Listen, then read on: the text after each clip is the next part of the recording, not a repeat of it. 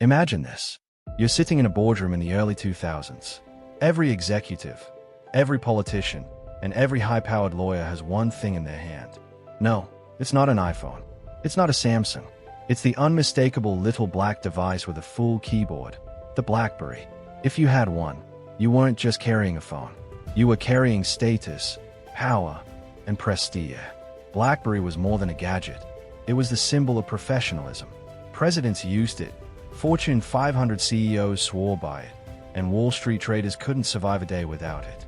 This company was on top of the world. But here's where it gets shocking. With all the money, all the resources, and all the power to stay king of smartphones, BlackBerry collapsed. Why? Because of one decision, a single choice that looked harmless at the time but ended up sealing their fate. This is the story of BlackBerry.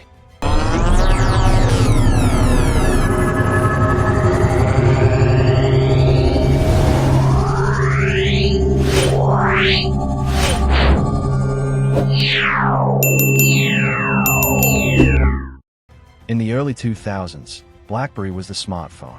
It wasn't just a phone. It was your office in your pocket. Emails, secure messaging, scheduling, everything the professional world needed. For executives and politicians, BlackBerry wasn't optional. It was essential. In fact, by 2007, BlackBerry had over 16 million active users worldwide. They weren't just leading the market, they owned it. But here's the dangerous truth about success. It breeds complacency. BlackBerry was on top, but instead of innovating aggressively, they got comfortable. They believed their grip on the business world was unshakable, and that overconfidence would come back to haunt them. Then came 2007. Apple launched the iPhone.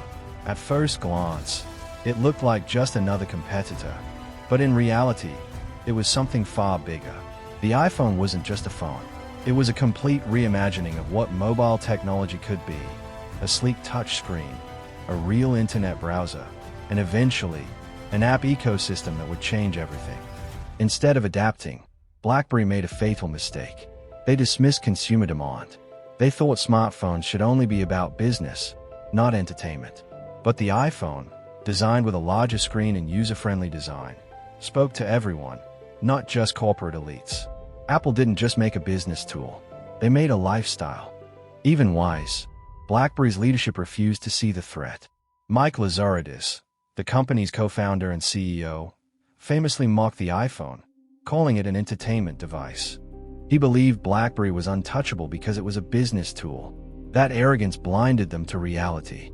This denial became their downfall. While BlackBerry doubled down on old strategies, the market was transforming. Apple's iPhone kept evolving, and at the same time, Google's Android entered the game. Unlike BlackBerry's closed system, Android was open source, letting developers build anything. Suddenly, a wave of apps and innovations hit the market, leaving BlackBerry behind. Meanwhile, BlackBerry's operating system was outdated. It wasn't flexible, it wasn't attractive to developers, and it didn't support the growing app revolution. Consumers wanted fun, flexibility, and features. BlackBerry's OS couldn't deliver, and wise, the company didn't even try to catch up.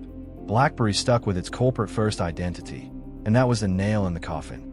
The app revolution defined the next decade of mobile tech, but BlackBerry wasn't even part of the conversation. By 2010, their market share was sliding. Consumers flocked to iPhones and Androids. By 2012, Apple had officially overtaken BlackBerry in sales. Their stock price tanked. In desperation, BlackBerry tried to reinvent itself in 2013 with the Z10, a touchscreen device meant to compete with the iPhone.